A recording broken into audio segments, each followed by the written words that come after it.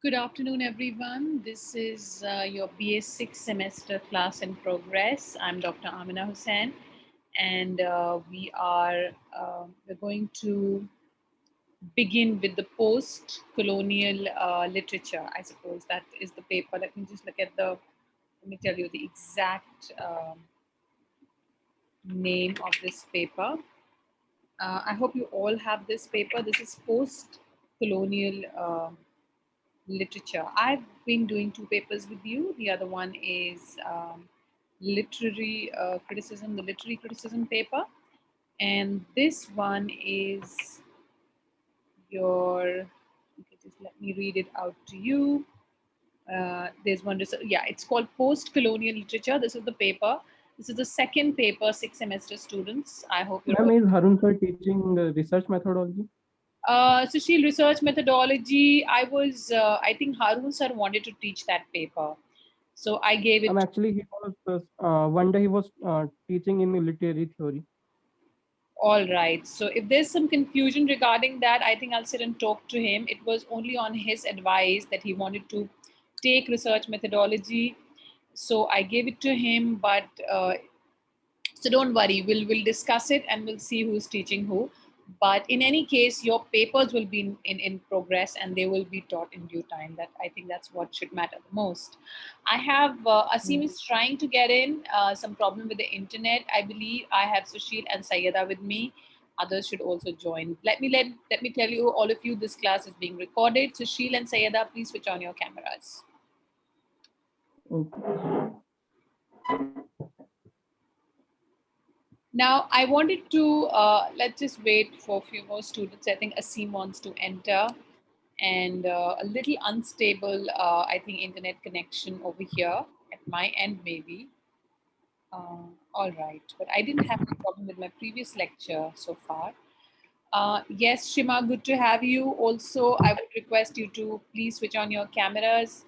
That's the only way I can make sure your attendance.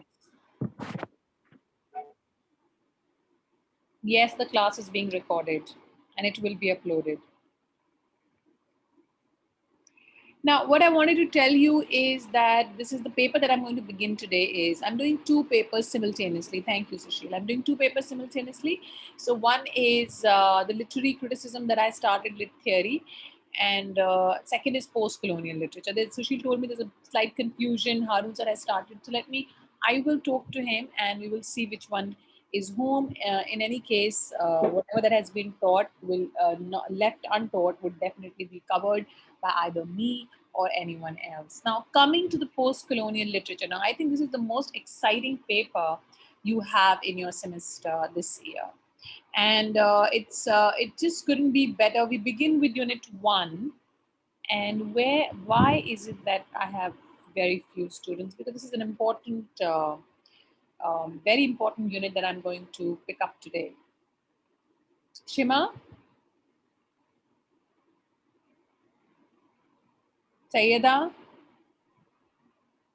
So I want you all to look into your syllabus, because first we really need to understand and appreciate for ourselves that what is it expected? What are the expectations, or what is it that we're looking for out of learning from post-colonial literature? So if we just look at the first unit, you see that the unit 1 is just terminologies. So unit 1 is just these words that have been thrown at you that we need to understand. And because they're not just words, they are concepts. They're concepts which have been evolved into theories, right? So, and they're very, very important because it is post-colonial. The contemporary literature is post-colonial. So it's important to really not only understand them, but also try to get into as deep and try to dig out the roots as much as we can in a limited time. So, Asim is trying to enter. What is the problem? I think there's a problem at his net, not at my end, because it just fails each time. Others have joined successfully. So I guess I can stay where I am. Now, what I wanted to look into is read out these concepts to you. So unit one, if you all can look into your syllabus, Sushil, you have your syllabus with you, please look into it. So the first unit is just terminologies: abrogation, appropriation, Mhm. contrapuntal reading, you have cartography, you have cultural diversity and cultural differences, you have decolonization, you have nativism, and you have post-colonial readings. So all these are very essential, integral, what should I say, very seminal to the concept of post colonial literature. All right. And where do we get these terms from? Basically, we got these terms from the kind of literature that came out as a reaction or as a resistance against colonialism. All right. So, what are the post-colonial writers doing? Okay, in their writing, why is it different? And what are the issues, and what is it that they're grappling with? So this is what is all these terms are going to take us to peculiar post-colonial writings. In Unit 2, you have Googie, and with Googie, we're going to do the language of African literature, and with Franz Fanon, we're going to do the fact of blackness. Okay, so both are African, but yet one is dealing with the fact of blackness, and the other is about language. So very two important perspective. Then you have Edward Said. You cannot have post-colonial literature, any understanding without getting into Said's Orientalism. You don't have the whole text; you just have a scope of Orientalism. That's all you have. I'm trying to admit a scene, but it seems someone tell him there's an internet, some bad configuration on his side, I suppose. Finally, you're able to join a scene. Okay, so yes, thankfully you're in the class now. So it's like when you keep trying, you have to succeed once. So what I was telling, basically I'm just taking you through the post-colonial literature paper that I'm going to teach.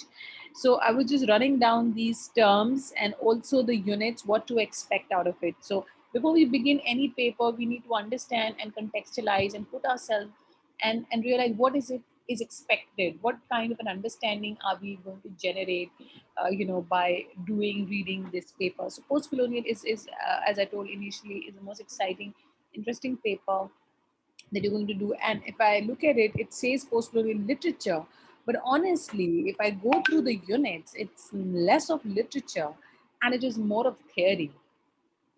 I don't know how it is post-colonial literature. It really is theory, because the first unit is all theoretical concepts. Moving down to second unit is the Googie I told you, is about the language, and Franz Fanon is about the race, the blackness, the fact of blackness. So it's more psychological. So you have different perspectives thrown into the post-colonial thinking.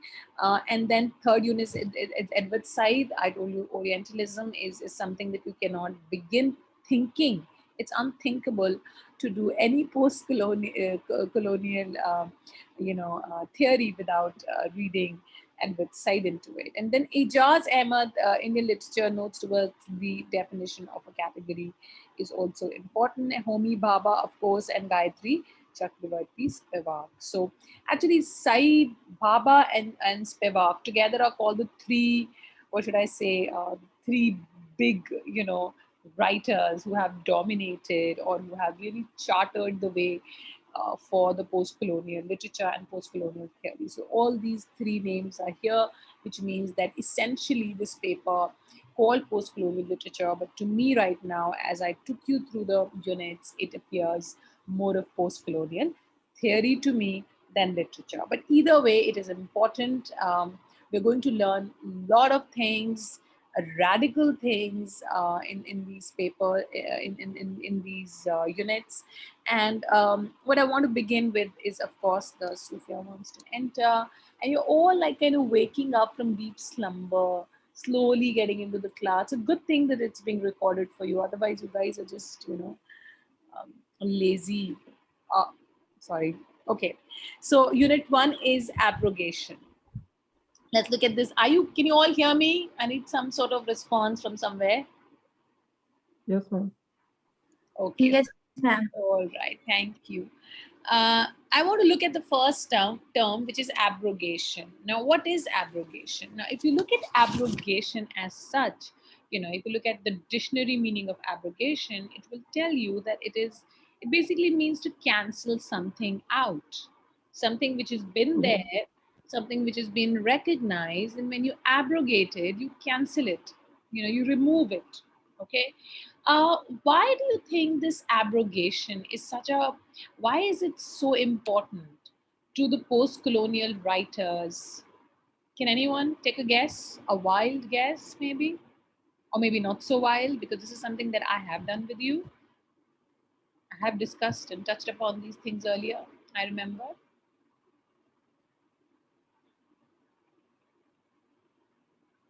Yes.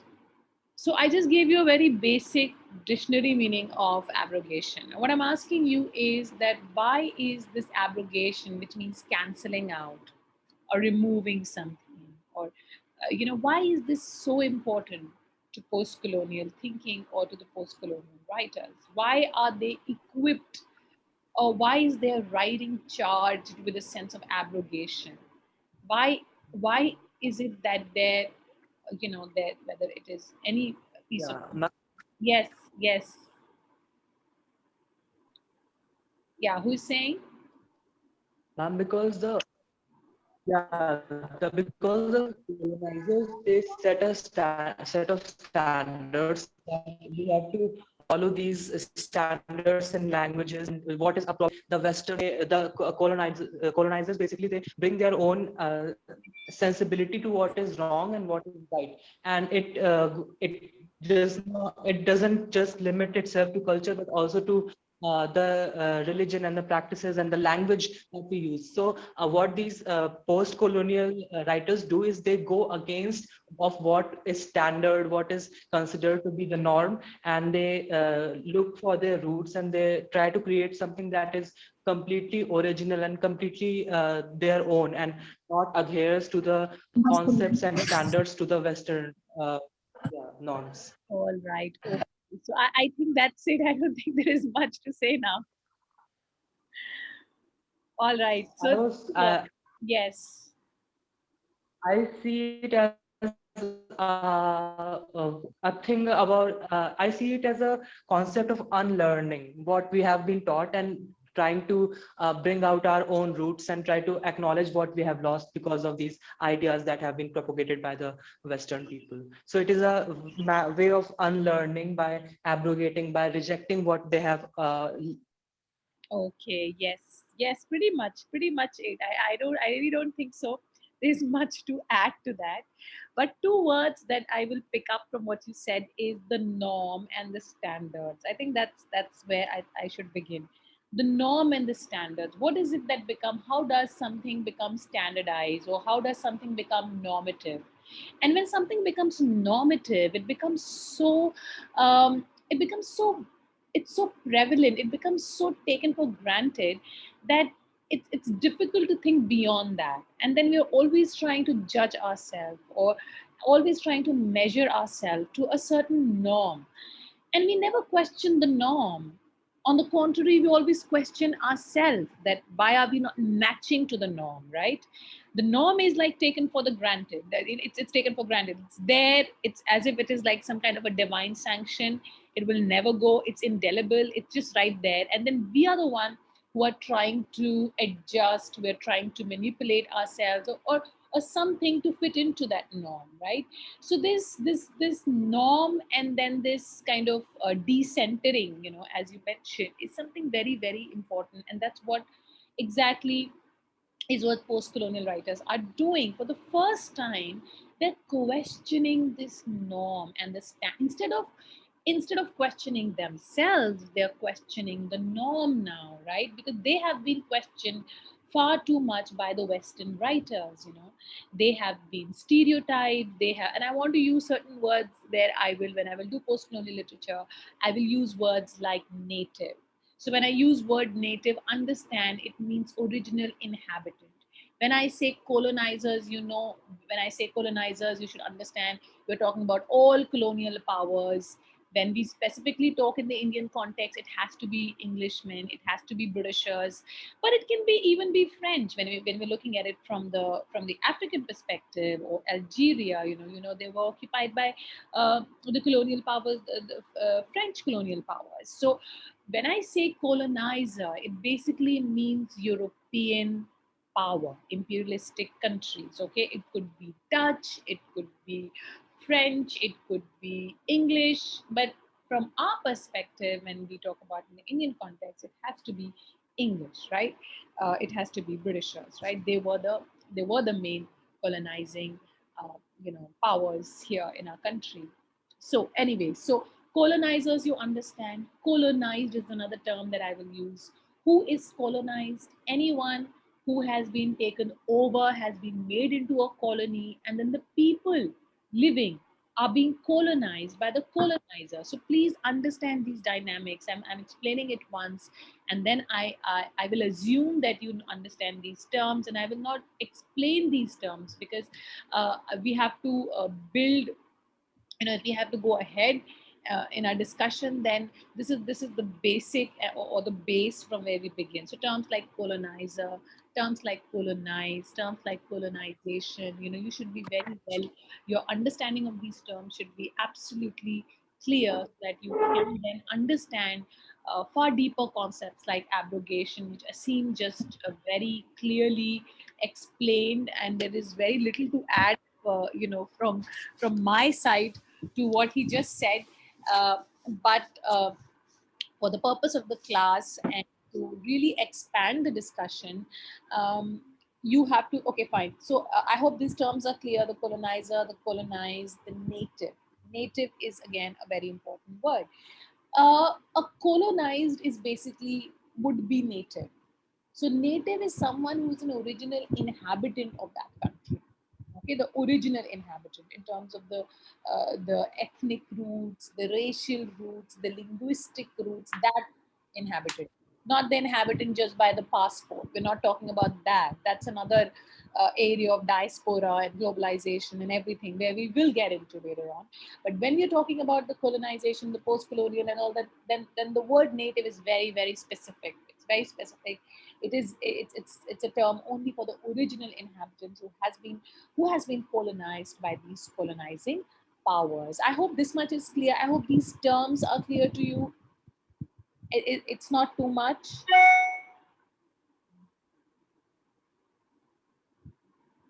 Hello, can you all hear me? Imposed upon us. Am I being too imposing? Is it clear? Yes, ma'am. Yeah. Are the Yes, ma'am. terms clear to you? The term that I just explained, these three Now terms. we did What? yeah. Ma'am, we did three terms from the first unit. We did nativism, abrogation, and decolonization. All are interconnected, so we can just do it in a few classes, this complete unit. Okay, but because they are in your syllabus, and obviously there are others who may not be familiar, so I have to like take it from like the wider, more, because there could be students who are not, because this is how come you have done it. It's in the syllabus now, so, and I just started this paper with you. Anyways, so let's get back to abrogation. So, what is abrogation? So, if you have understood colonized, colonizers, and the native, then now let's jump into the concept of abrogation. Now, abrogation as a very if we oversimplify, or we very if you look at the dictionary meaning, it means to cancel out, basically to reject something, okay, to just completely remove it. But when we look at the act of abrogation, when an act of abrogation, when a scholar, when he takes upon this act of abrogation, he really takes the Eurocentric norm. Again, I'm using the word Eurocentric. Understand this. Eurocentric means European centric, the Western centric. And the reason why we say Europe, we do not say America, is because America has not been the great colonizing power. Understand that. Please, I hope this is clear. There are many students here who may be confused. So please, when I use these terms, and I will be using it, very frequently, So you should be familiar. There should be no confusion. When I say Eurocentric, I mean European powers who were largely, mainly imperialistic countries. Okay. Anyways, so Eurocentric norm in language. Okay.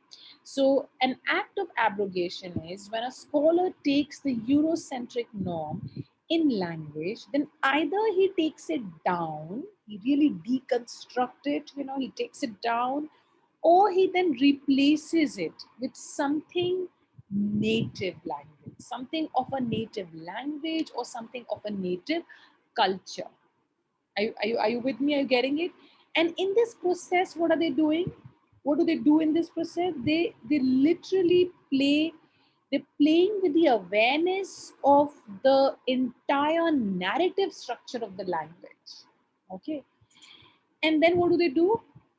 Of course, the narrative structure of the language as how it has been established by the European powers, right? But what they do as a result is they try to look at this language and they try to tweak it. They're tweaking it in such a way that it becomes their own. Okay, so that's when we talk about the Englishes, the global Englishes we talk about. So what is an act of abrogation? Once again, it is something where the Eurocentric norm in language, and I'm talking about language, but it could be culture also. So anything which has been taken as a norm by the European standards, okay, you take it, and then there is an awareness that this is the kind of a projection, the European projection, and then um, you try to disseminate, you try to dismember it, like rip it into pieces, deconstruct it, and then you make it your own. You replace it. So first you reject it, and after rejection comes the replacement. Okay, and that replacement usually happens with your own native understanding of language. So you're not looking at English from how the English people look at, you look at English from how the natives look at. Are you getting my point? It's just as simple as that. Others, please. Others. Shima, Sufyan. Where is Insha?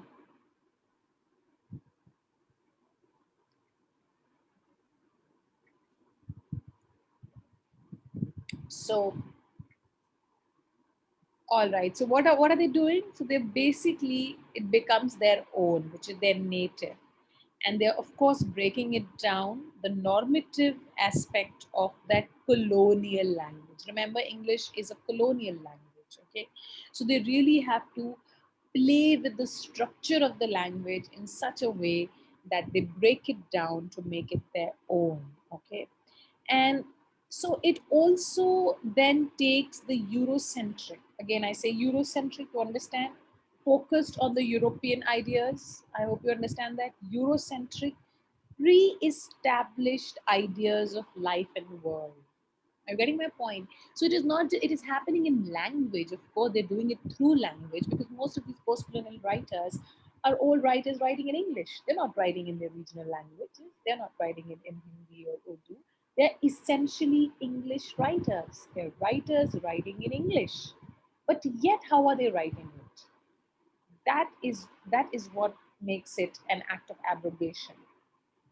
All right, so what are they doing it is that they are questioning. Okay, they are this whole Eurocentric, and it is something which has been established, ideas of life and world. Understand, so there is a European way of thinking, the whole European way of thinking.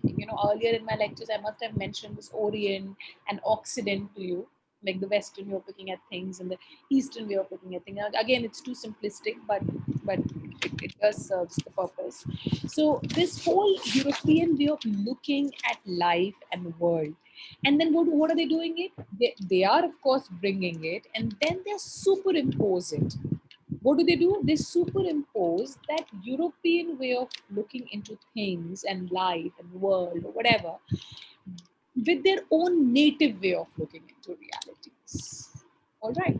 And there's a significant departure. There is a significant radical departure from the Western way of dealing with the reality or looking at the world from how the natives do it, you know. And especially when you will do the African, writers, and you will see that they have their whole, set of absolute different, set of, in fact, even in their language, how they speak, it's tribal, and the whole community life, it's very different.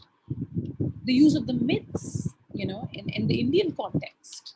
So all these things, the way we communicate and understand reality, is very different from the Western perspective, and that is what they're doing.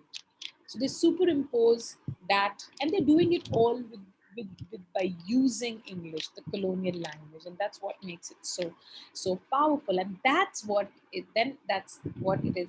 That's the reason why it becomes an abrogation. Okay, so again, the act of abrogation is in the literary theories. It can be seen in creative writing, even amongst the historians, because it does understand the normative standards. Again, I'm using these words. I told you earlier, normative is something which has been considered as a norm. Please confuse my thoye. Norm se ban gaya normative. Okay, so it understands the normative standard which has been established by the colonial powers. It could be French or English, these were the major powers.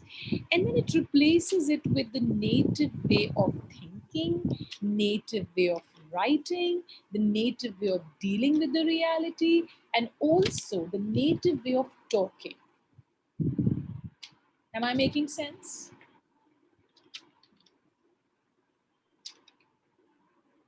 Yeah. Yes or no? Yes, Why ma'am. such a, utter absolute silence? I need you to respond. I need you to, why don't you, one of you, just why don't you give me an example of what have been discussed in theory? Can you give me an example?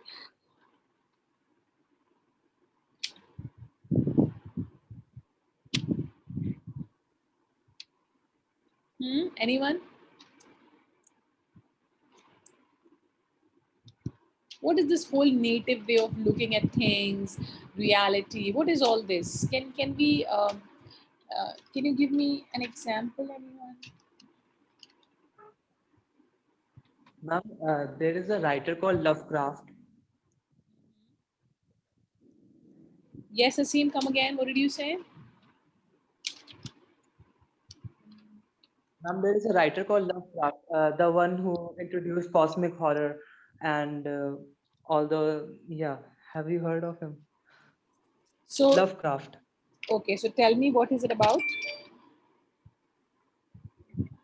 Yeah, Lovecraft was basically a horror writer, and he used these Asians, like the yellow people. They use the term yellow people for Asians, and these Africans. And his cat was literally named the N word. So he was extremely racist, but he's celebrated for his work because he is a he's the progenitor of cosmic horror, and these kind of horror inspired the alien films and all that. So recently a show came, Lovecraft County, which had an all black cast, and they reclaimed those stories and they twisted the narrative into something completely different. So here Lovecraft's monster, the white people, yeah. And there are movies these days, where horror films these days, where the black people are shown as the monsters, and the tension and the Yeah, I got what how you're these saying. So black people. you're okay, okay. The horror fiction. Okay, so I know, where you're getting into. You're talking about the next topic that we have in hand is appropriation. This is called appropriation. This is not Yeah. abrogation. This is called appropriation, and definitely, appropriation will follow abrogation. Okay. So what you're saying with this, the new, you mentioned a show. I don't know the name of the show, but you just mentioned that the show completely changed, right? How, Lovecraft's fiction, right? So they're putting it from their perspective, right? They're turning the table. This is called appropriating. Hmm. Do you understand? Asim. I think would yes, ma'am. Yeah, so this is the Lovecraft's work has been appropriated into that serialized whatever fiction, and where the black people are reclaiming, as you mentioned, their own space, right? So this is the appropriation, and it has, you can see this, in fact, um, Chinua Achebe, Chinua Achebe, when I think I mentioned this to you, and how he lambasted, Conrad's Heart of Darkness. Heart of Darkness is one of the, canonized texts. I'm sorry, I'm running out of time, so I think I should not digress, and let me finish what's at hand, which is this particular term abrogation. Let me just get over with it. So, what you're saying, Asim, is a good example of appropriation. I will come to it. Okay, that's the next topic that we have in hand. Okay, so talking about abrogation once again, it is the rejection, and it's a rejection or canceling out, but also at the same time replacement. So replacement also happens, and that is the reason why abrogation very seamlessly follows into appropriation. Okay, you appropriate a thing as your own, which was not your own. In fact, it was just the opposite. But you, by changing the terms and condition, as you just did with abrogation, now your reclamation takes place. Okay, now you're reclaiming that space. Okay, so abrogation gave you the power to do that. It gave you the wherewithal to do that, and that's what people are doing. And you see those kind of versions. This is just one case in a point. There are many more. Um, so yes, so the native way of dealing, my question to you was that what is this native way of dealing? Okay, why, what do you think, what is so essentially different between the eurocentric normative discourse to the native way of looking? This was my question. Is there an essential difference? Is there a difference at all? That's my question. I mean, it's a very nothing to do with theories. It is just, it's a simple question thrown at you. That, of course, what they want to abrogate is the Eurocentric norm. Okay, what I'm asking you right now is to scratch your head and think: is there an essential difference between the Eurocentric established norms and the way natives deal, or the natives' way of looking at things? Is there a difference at all? We're all humans, or is there no difference at all? Or is there one?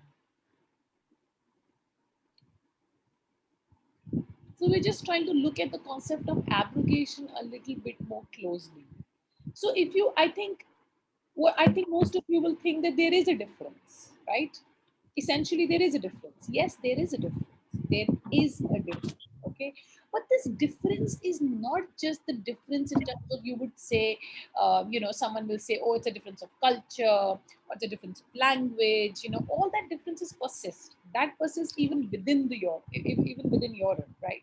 These differences makes us human. So these differences are, of course, there, but with these differences, what has happened is that the whole concept of this whole Orientalism, what has happened is that there is the othering that has happened of the natives. The natives have been othered. Now, other is another significant critical word that I have done with you, so I'm not doing it. And I'm presuming within the sixth semester students, you have these critical understanding of these terms. So, this othering is what is essentially something which is being questioned. Because the natives' way of thinking, native way of dealing with the life, natives' religion, natives' philosophy, all that has always been othered and marginalized. Are you getting my point? This is where I wanted to get into.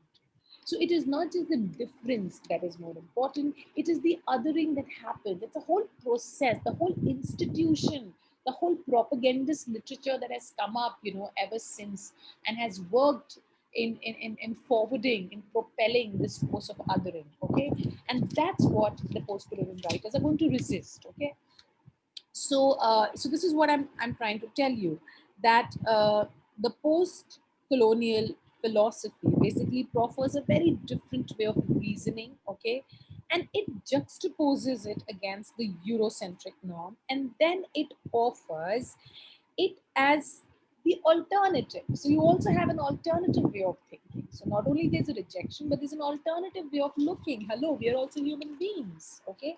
And our way of looking at life or things or understanding the universe is just as legitimate and as valid as yours. So there should not be any othering happening, right? So what essentially does it that it erases. There is an erasure, another very important critical word, please note it down. There is an erasure happening. It erases any Eurocentric view or way of representing things. That's another crucial point. Not only your own one way, see, one thing is that how you look at things, how you understand things. Another is how you represent reality, how you represent things.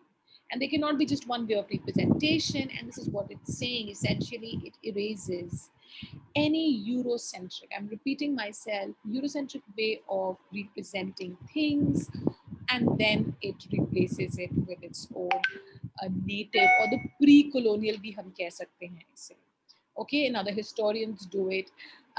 In writing, I think one example that really comes to me right now is Salman Rushdie. Salman Rushdie's Midnight's Children. Look at Salman Rushdie, the whole narrative and the way he uses language. It's fantastic, and especially this whole chutnification, how he's using the English Hindi words and making a chutney out of it. The whole chutnification itself, what is it? What is this chutnification? It is the act of abrogation followed by appropriation of English language. So this is what that gives us the different kinds of Englishes, as I mentioned, and so many writers have been, they're experimenting with this, and it's not only just, even I was doing this, the Arab writers, Arab African writers, Adab Suif, she's an Arab African writer writing in English, and she's really, even though she's writing in English, her entire the language it follows the Arabic structure, the Arabic, phrases, the syntax of language has been carried over. So you may be reading English, but it seems like the flavor of your native language is retained, and that is the act of abrogation. I hope I'm clear. Am I? Yeah. Only one person is talking to me.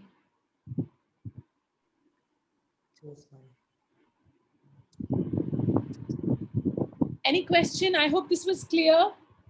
I'm just taking one unit at a time, taking it slow, all right, so that you understand.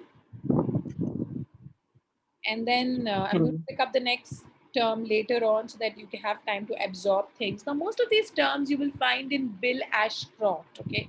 Let me give you the name of this book. It's very useful. You must have it. In fact, I'm going to send it right away. I have this in my I think I have it in my phone somewhere. I'm going to send you this book. Okay, it's Bill Ashcroft, and this book is it's a book of post-colonial. It's called Bill Ashcroft, Gareth Griffith, and Helen Tiffin की book है, and it's basically the book on, let me tell you the name, post-colonial studies. It's by Routledge. It's all about terminologies. It has all the terms in it, application, appropriation, everything that you need to know and more.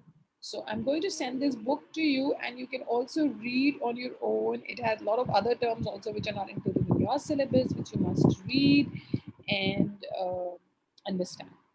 So I'll be sending this book to you, and I hope that will make things easy. The class is about to end, so if there's any question, you can ask me now, or I will see you tomorrow, same time, and we can have discussion. All right, everyone. So I'll see you tomorrow. Okay. All right.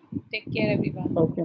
Someone please click the attendance so that I know how many students were to mark. So, all right, everyone. Take care. This will be uploaded. You can listen to it. Those who have missed out something in between. All right, everyone. Take care. I'll see you tomorrow. Okay. All right.